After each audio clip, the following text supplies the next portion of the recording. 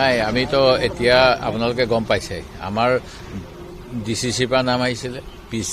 পিইচিৰ পৰা আহিলে আৰু আজি আমি স্ক্ৰিনিং কমিটিত সেই নামখিনি লৈ পেলাই চৰ্চা কৰিছোঁ তাতে যিখিনি ক্ৰম আছে ক্ৰমখিনি ইলেকশ্যন কমিটি কৰিব এতিয়া কোনো নাম ফাইনেল হোৱা নাই আৰু দুজনৰ এটা দুটা আহিছে তেনেকুৱা দুই এটাত অৱশ্যে মোৰ তাত অন্য কোনো নাই ইলেকশ্যন কমিটি বৈঠক হ'লে হ'ব আৰু অসমত বহুত অপপ্ৰচাৰ কোনে চলাই আছে নাজানো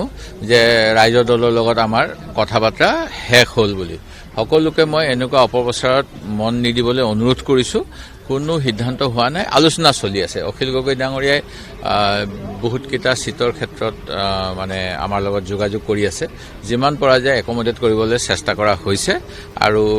অল পাৰ্টি হিল লিডাৰ্ছৰ লগতো আমাৰ 4জনীয়া কমিটি কৰি দিছিল কমিটিয়ে আলোচনা কৰি আছে অসম জাতীয় পৰিষদৰ লগত হৈ আছে CPI এমৰ লগত হৈ আছে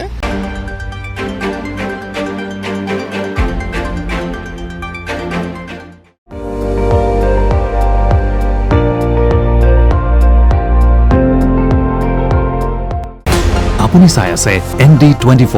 সৰ্বশ্ৰেষ্ঠ নহয় সৰ্বোত্তমৰ দৌৰত